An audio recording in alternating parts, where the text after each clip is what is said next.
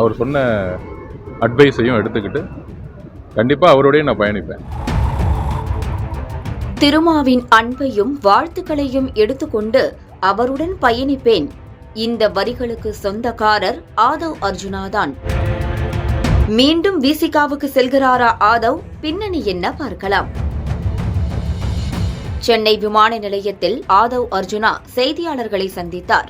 அப்போது பேசிய அவர், திருமா அவர்களின் வார்த்தைக்கு நான் எப்போதும் கட்டுப்பட்டவன்.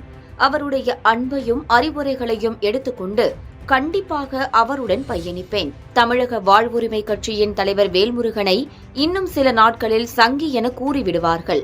வேல்முருகன் கருத்திற்கு நான் உடன்படுகிறேன். வேல்முருகன் அவர்களுடைய கருத்துக்களை நான் உடன்படுறேன். இதற்காக தான் ஒரு குறைந்தபட்ச செயல் திட்டத்தை உருவாக்கி எதிர்காலத்தில் ஆட்சியிலையும் பங்கு அதிகாரத்திலையும் பங்குங்க என்கின்ற ஒரு விஷயத்தை எல்லா தலைவரும், அதுவும் முக்கியமாக கொள்கை தலைவர்கள் எல்லாருமே ஒரு புதிய அரசியலை உருவாக்கணுங்கிறதா என்னுடைய குறிக்கோளாக இருந்துச்சு. குறைந்த செயல் திட்டத்தை உருவாக்கி எதிர்காலத்தில் ஆட்சியிலும் பங்கு அதிகாரத்திலும் பங்கு என்ற விஷயத்தில் ஒரு புதிய அரசியல் தலைவர்களை உருவாக்க வேண்டும் என்பதுதான் என்னுடைய குறிக்கோள்.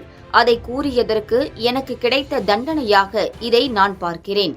திருமா அவர்களின் விமர்சனத்தை நான் அறிவுரையாகத்தான் பார்க்கிறேன். அவரிடமிருந்து கள அரசியலை கற்றுக்கொண்டேன். அவரை என்னுடைய ஆசானாக தான் பார்க்கிறேன். திருமானுடைய விமர்சனங்கிறது என்னுடைய ஒரு அட்வைஸாக தான் நான் பார்க்குறேன். நான் அவர்கிட்ட நான் நிறைய விஷயங்கள், அதுவும் கள அரசியலை நான் அவர்கிட்ட நிறைய கற்றுருக்கேன். அவர் எனக்கு எப்பயுமே ஒரு ப்ரொஃபஸர், ஒரு ஆசான். அவர் கொள்கை சார்ந்த அரசியலில் என்னுடைய பயணம் தொடரும்.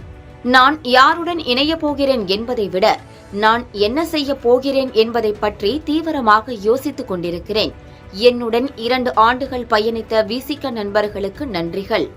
என் மீது ஏற்படக்கூடிய சந்தேகங்களுக்கு என்னுடைய அரசியல் பயணத்தின் மூலமாகத்தான் பதில் சொல்ல முடியும். அரசியலில் புதிய மாற்றம் வரும்போது மக்கள் கண்டிப்பாக ஏற்றுக்கொள்வார்கள்.